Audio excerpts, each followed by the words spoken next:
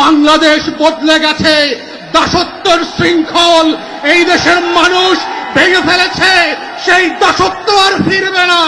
যারা প্রকাশ স্বর্গে বাস করছেন, আগামী দিনে আমাদের দেশের পতাকাকে অপমান করে পুষিনের চেষ্টা করে হাজার হাজার ভারতীয় নাগরিককে অনুপ্রবেশকারী বানিয়ে রাত 2টার সময় বিভিন্ন লোকেশনে ফেরত পাঠাচ্ছেন। মনে রাখবেন, বাংলাদেশ আওয়ামী ফ্যাসিবাদের সেই পুষিনার মেনে নেবে না। সীমান্ত হত্যার নামে যা শুরু করেছেন, এই সীমান্ত হত্যা যদি বন্ধ না করেন, বিজিবির সদস্যদের আচরণ থেকে যদি না শেখেন, সীমান্তবর্তী বাংলাদেশি নাগরিকদের অ্যাটিটিউড থেকে যদি না শেখেন, তাহলে প্রকাশ স্বর্গে বাস করছেন। দিল্লির আধিপত্যবাদ আমরা ত্রয়োদশ সংসদে মেনে নেই নাই, 13-14 সেঞ্চুরিতে মেনে নেই নাই। বাংলার শাসকদের, দিল্লির শাসকদের পরাজিত করবার ইতিহাস আছে।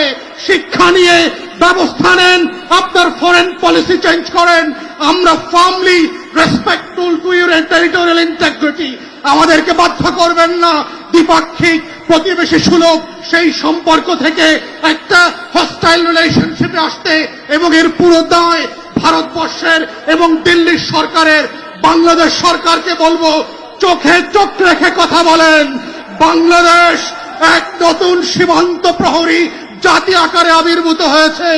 নত জানু পররাষ্ট্রনীতির কোনো প্রয়োজন আর পড়বে না। আসেন, আপনারা যতদিন সাহসীভাবে ভূমিকা রাখবেন, বাংলাদেশের প্রত্যেকটা নাগরিক 11 দল হোক আর 11 দলের বাইরে হোক, আমরা আপনাদের পাশে থাকব লাল সবুজের পতাকাকে পাহারা দেওয়ার জন্য। সেই আহ্বান রেখে আমার বক্তব্য এখানেই শেষ করছি। আসসালামু আলাইকুম। কারণ আমার দেশের স্বরাষ্ট্রমন্ত্রী নিজের ভূমিকা ভুলে ভারতের মুখ্যমন্ত্রীর মতো বক্তব্য দিয়ে ভারতের সীমান্ত হত্যাকে হালাল করে দিয়েছে। সংগ্রামী সাথী এবং বন্ধুগণ, আজকের যে প্রধান অতিথি এখানে বসা, তার এলাকা খুলনায় মসজিদে ঢুকে গুলি করা হয়েছে। গাইবান্ধাতে বড় বড় মূর্তি তৈরি করা হচ্ছে, মন্দির তৈরি করা হচ্ছে। অর্থায়ন করছেন নাকি একজন এসির মিস্ত্রি। এগুলো কোনো বিচ্ছিন্ন ঘটনা নয়। সংসদে হিজাব নিয়ে কটাক্ষ করা হচ্ছে, পুশিন করা হচ্ছে, সীমান্তে হত্যা করা হচ্ছে।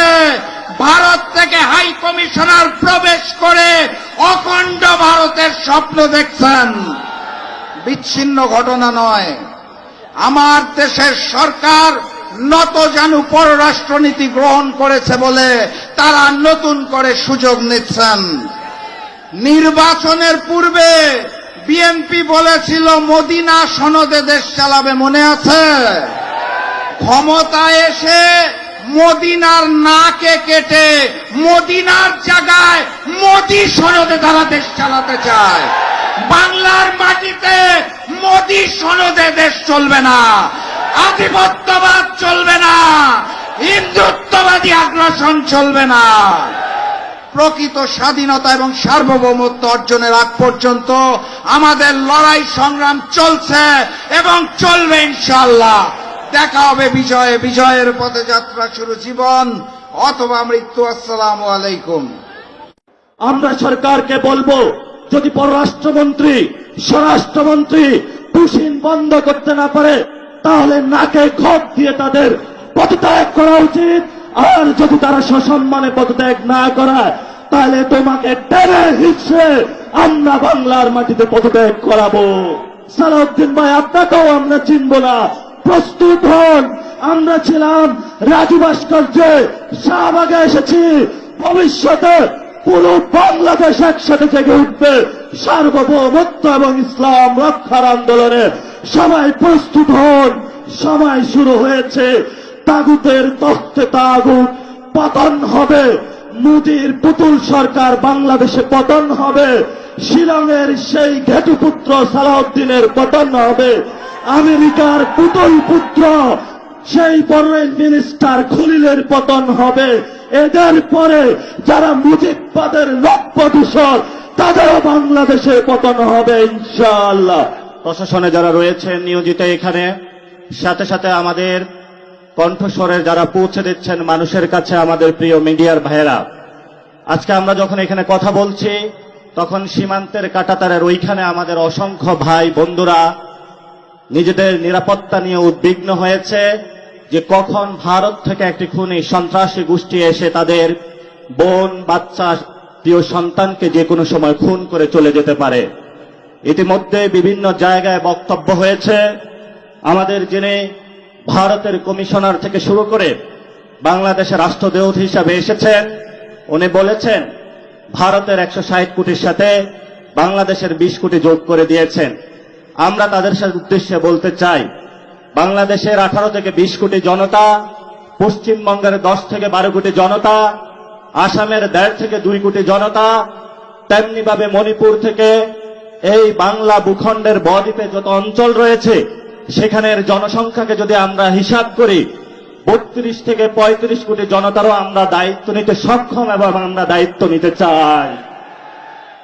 যদি তোমরা আমাদেরকে সেই আকাশ দেখাতে চাও যে অভিন্ন আকাশের স্বপ্ন, সেই অভিন্ন আকাশের স্বপ্ন ভঙ্গ তোমরা করেছো 1947 সালে, যখন আমরা একটি ভারত স্বপ্ন নিয়ে বেঁচেছিলাম যে আমরা ঐক্যবদ্ধভাবে ভারতে একই গঙ্গা, একই জলে বসবাস করে, একই পানিতে বসবাস করে নিভৃতে এখানে থাকবো। তোমরা সেইখানে মুসলিম কার্ড খেলে আমাদের উপরে নিপীড়নের, নির্যাতনের স্টিম রোলার চালিয়েছিল। আমরা বাধ্য হয়ে স্বাধীনতার আওয়াজ তুলে সেই একই জায়গায় আজকে উপনীত হয়েছি। নতুন করে যে স্বপ্ন তুমি আমাদেরকে দেখাচ্ছ সেই স্বপ্ন তোমরা 47-এ ভঙ্গ করেছ। এই যা ইতিহাস চলে গিয়েছে নতুন করে মুসলমান এবং বাংলাদেশ ভারতের সাথে একীভূত হওয়ার যে অখণ্ড ভারতের যে স্বপ্ন, সেই স্বপ্নে আমরা কখনো ঐক্যবদ্ধ হব না। এবং তোমরা যে স্বপ্ন দেখো তোমাদের সেই স্বপ্ন দিবা স্বপ্নেই থেকে যাবে, বাস্তবে কখনো হবে না। যদি বাস্তবে হওয়া সম্ভব, যেটা আমাদেরকে ভাসানী বলে গিয়েছিলেন, পশ্চিমবঙ্গ আমার, আসামও আমার, মণিপুরও আমার, এই বদ্বীপ পুরোটাই হলো আমাদের। প্রিয় উপস্থিতি, 1947 সালে আমার আপনার যারা বাপ দাদা চাচা তারা যুদ্ধে নেমেছিল একটি বৈষম্যহীন বাংলাদেশ গঠনের জন্য, কিন্তু 1971 সালে বাংলাদেশের মুসলমানদের উপরে, বাংলাদেশের মানুষের উপরে সেই বৈষম্যহীন বাংলাদেশ গঠনের পরিবর্তে ভারতের একটি পুতুল সরকার, মুজিববাদী সরকার বাংলাদেশের উপরে আবারই চাপিয়ে দেওয়া হয়েছিল। যেই মুজিববাদী সরকার গত 53 বছরে আমাদের উপরে জুলুম নির্যাতন করেছিল, আমরা স্বপ্নে আকাঙ্ক্ষা দেখেছিলাম 24-এ আমরা রক্ত দিয়েছিলাম। ভারতীয় যে বয়ান, সেটা থেকে বের হয়ে একটি স্বাধীন পররাষ্ট্রনীতির মধ্য দিয়ে যাব। সাথে সাথে সেই রক্তের হোলি খেলায় ভারত আমাদের সেই শহীদ ওসমান হাদি ভাইকে শহীদ করে দিয়েছে, অসংখ্য ভাইকে শহীদ করে দিয়েছে। নতুন করে যখন আমরা স্বপ্ন দেখেছিলাম মুজিববাদী বয়ান থেকে বের হয়ে বাংলাদেশের একটি স্বপ্ন নিয়ে ইসলাম এবং সার্বভৌমত্বের আহ্বান নিয়ে আমরা সামনে এগিয়ে যাব, তখনই আমরা দেখতে পেলাম যার বাপ বলেছিল উই রিবল, তারই সন্তান মুজিববাদের পথ ধরে মোদের কাছে আবার নজরানা দেওয়ার চেষ্টা করতেছে।